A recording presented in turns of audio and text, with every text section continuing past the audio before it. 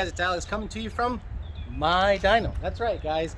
Today I have the 2019 Manual Vortec V3 Supercharged Mustang on the dyno. Why is it on the dyno?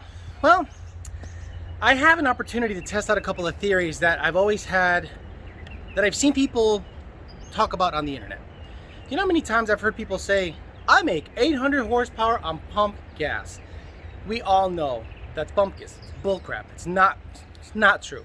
It's usually with an additive, but they tell you pump gas to pump up their numbers.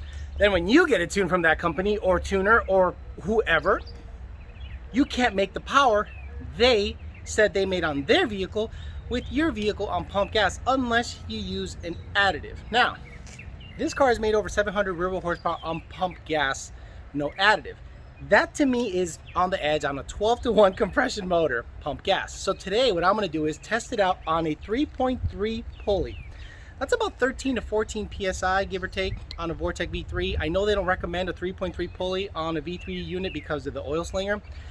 I don't care. I'm going to try to get 800 or so, or as close as possible, horsepower out of this manual 2019 GT on pump gas and an additive, because I'm not going to bullshit you. I'm going to use octanium. Now this is, it's like the, I don't know, the purple one. They have like a light blue and white bottle that has, that they say is emissions legal, whatever that means. This one is their most aggressive one, and it supposedly increases octane 8 full points. So what I have 93 in it from Shell, which I always tell you guys to get, and I'm going to go ahead and make a pull on this car. And if you heard me loading the car on the dyno properly, you heard a buzzing. Well, the issue is the exhaust baffles on the mufflers, stock mufflers, are gone. They're shot. So I have another bone stock catback. Now, currently the car has an X pipe, no resonator, and a stock catback.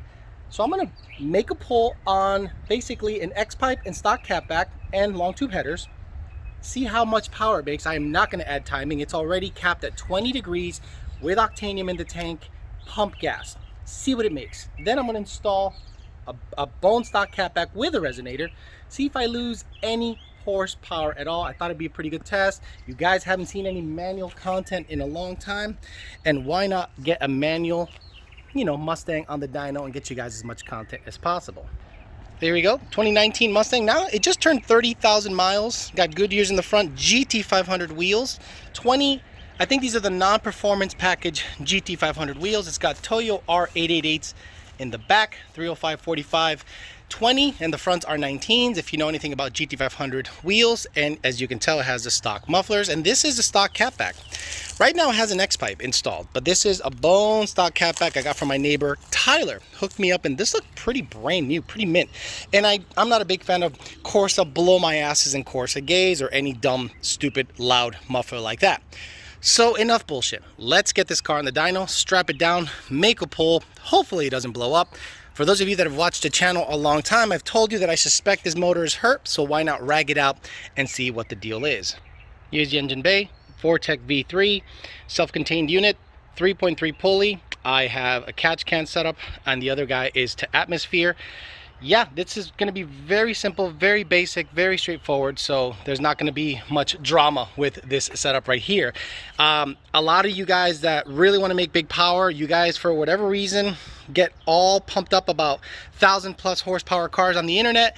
You buy their product and your car is a 650 horsepower dud because you're broke and you can't afford to make the car make the power the internet is making.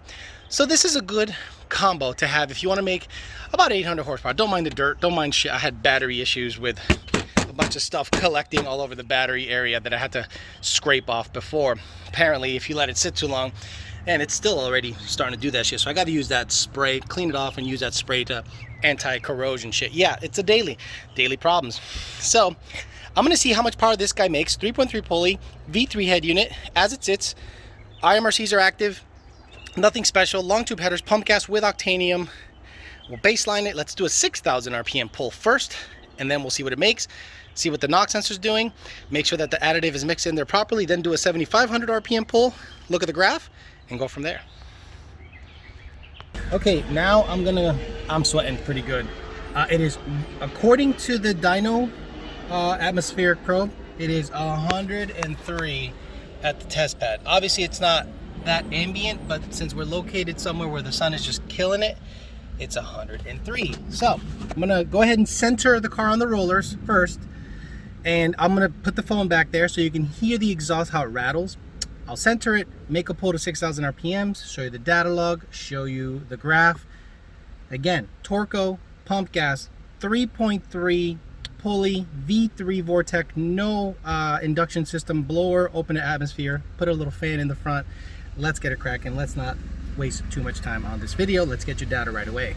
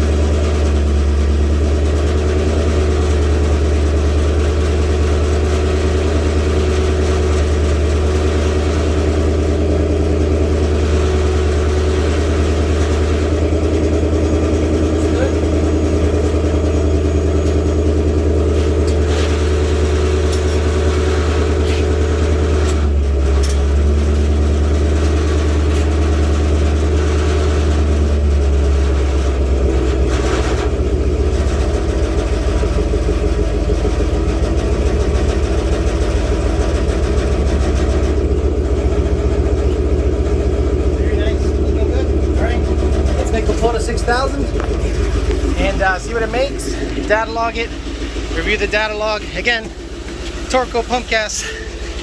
The goal is, I mean, 800 is the goal, but we'll see how close we can get to the goal.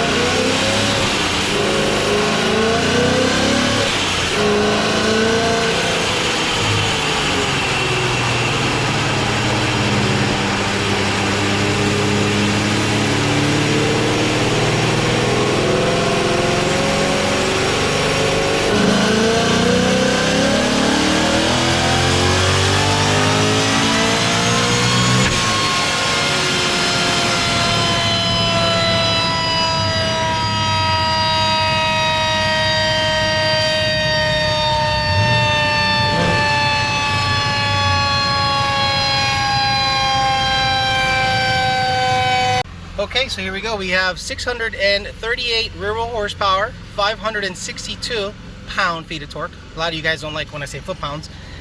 At 5,900 RPM. And look at graph is going all the way up. Now, I suspect my clutch is slipping because it smelled like clutch heavy. So I'm hoping the clutch lasts these pulls. But let's look at the data log and see how it's doing. Okay, here's the meat of the run. Throttle, RPM. And we're gonna look at knock. Knock, I'm sure, came through. Okay, knocking a little bit, 1 degree, I don't care. I literally, remember I told you guys I think this motor's down a little bit on compression on number 7, no big deal. Let's look at spark, and this is how spark works. The higher the load, the lower the spark. Every single time people go, oh, it's pulling timing. I'm like, did you graph load? Because if load goes up, ta-da, spark goes down. So air load, we're looking at 141.5. I'm thinking by about 800 RPMs, it should be close to 2.0. So that's my goal. And spark is like 20 right now. Nope, 18 degrees. So it is quote unquote pulling some timing, which I'm going to let it pull timing. I'm not going to mess with timing at all. This is pump gas. It's a good test. 3.3 pulley Torco. So now let's make a pull to 7,600 RPM and see if the clutch likes it. And we'll see how everything goes from then. Then we'll install the exhaust if we have some time and make pulls on that, if again the clutch survives this round of pulls.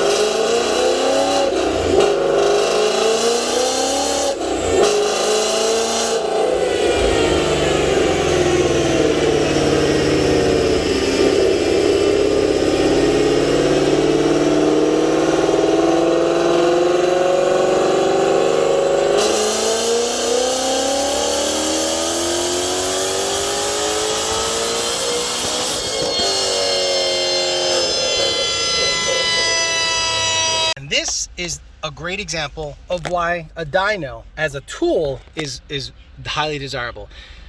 So I revved it up to 7,500 and it made barely 30 more horsepower. So I said, okay, let's look at the graph. It kind of rounds off there. We know centrifugals, these guys right here, obviously there's a big issue there. These guys usually go straight up, right? Straight up. So there's obviously an issue. So again, this is why we data log. So if I had this car on the dyno and if it was a customer's car, sorry about the glare, I'd say, okay, let's look at load, right? Let's clear everything out and let's look at load.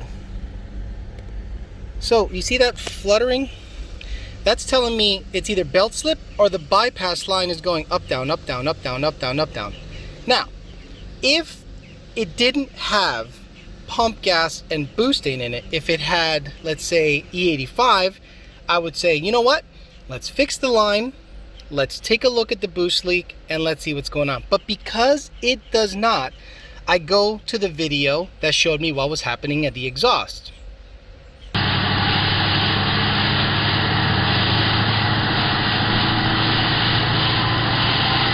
Obviously, it is detonating. Something's happening in the combustion that is not happy. So what do? Do you lower timing? Do you desensitize the knock sensor? Absolutely not. If I was on the dyno and you were a customer, I would say, let's get octane in this guy. The Torco is not happy. It's kicking back a bunch of timing. I'm sure the knock sensors were super pissed. Yeah, oh yeah, they went, fuck you. And you know, something was going on right here. So the knock sensors were super angry regardless of how much they were pulling. So the safe play and the smart play is to end it, right? And we need to either get an octane, E85, fix the boost leak, or since I know this motor's hurt, I've always suspected the number 7 cylinder has been a little down. There's no reason to grenade this car on the dyno. It would be highly irresponsible of me as a tuner to grenade my own vehicle for views and likes. Based on what I see, based on what I hear, based on the data log, and based on the power output, I'm done making pulls on pump gas, Torco, on a suspicious motor that is only pushing out 1.6 load. The previous load was 1.6. The current load is 1.6. It only maxed out load. It only maxed out, where's load? Come on, baby. 1.6 is the max. 1.6 load, max RPM was 7,500. So that means it's not making the power it should, because this should generate 2.0 load here at sea level. So smart play is back it down, take it easy, live another day, make sure the car lives, you can drive it, you can enjoy it, you can use it, instead of having just this dud somewhere at a shop and maybe get views out of it. I don't play the views, clicks game. It's obviously detonating, it's obviously down on power based on boost, slip, a bypass not shutting, belt slip or a bypass not shutting, or the engine is just hurt and it's not happy overall. So we end it here. So now I'm going to replace the exhaust, get your sound clips on the dyno going through the shifts, because hey, I think that's kind of cool. We'll make sure the exhaust, there are no leaks. It's basically going to show you sound clips of a stock exhaust with long tube headers and free flowing exhaust. And we'll end the video there before I blow it up. Nothing's cool about blowing something up. You want to see something blow up? Go on other channels. I'd like to drive this car. So let's get the exhaust switched out, get your sound clips from the outside, and we'll end the video there. Okay, got the old exhaust off. As you can tell, it has an X pipe where the resonator used to be. Unfortunately, on this video, I will not be able to get you power differences, because as you saw, something's happening combustion wise that it's not happy on pump gas, Torco at this power level. And I also have either belt slip or bypass that's not shutting all the way. And if I do fix it, I think the detonation problems will get worse. So don't be stupid, do the right thing, relax, come back another day, fight another day. So let's get this exhaust on, get your sound clips, and we'll button up the video. Oh, look at that. Is that Brandon? Is that Brandon? Nope, it's not Brandon. Why? The plane's pretty. Alright, well, since I will not be making any more pulls on this thing for fear of blowing it up on the dyno and really looking like an idiot, I'm not going to do it for likes or bullshit.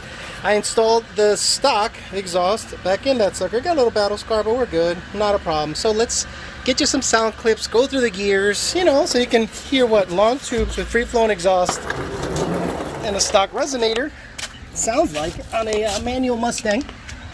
You know, pump gas life, nothing crazy. Do it in one shot, one take. So my editing is less labor intensive. You know what I'm saying? Do you know what I'm saying? I hope you know what I'm saying. Here you go. Okay, so let's get you some sound clips of the exhaust. Stock catback, totally. Long tubes, free-flowing exhaust. I gotta strap it. If I don't strap it, it'll fly off the dyno. This is a lot of work. Jesus. All right, finish this up. Get some water in me. Dehydrated.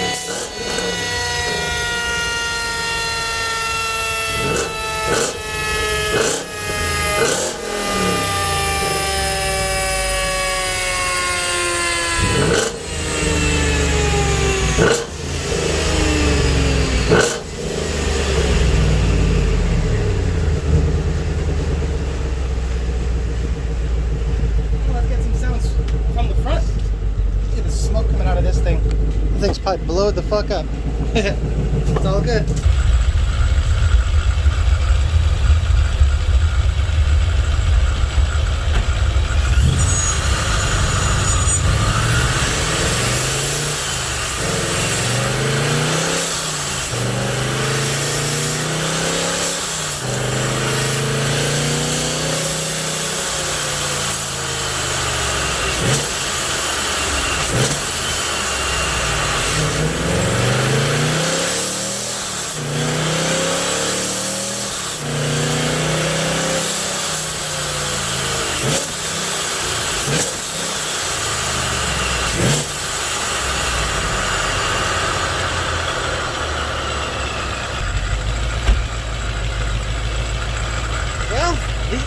The ultimate goal was not achieved, let's be honest, but we've learned a couple of things, and let's talk about it real quick. Number one, probably not a good idea to do pulls on a motor you suspect is hurt. As you can see right now, it has a little blue smoke idling.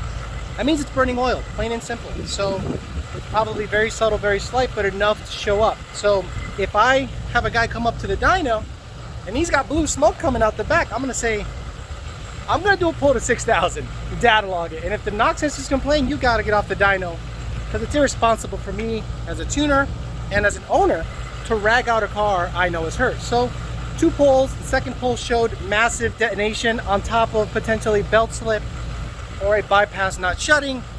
That's enough of that. Let's be able to drive it. Let's not be stupid. Let's do big boy stuff.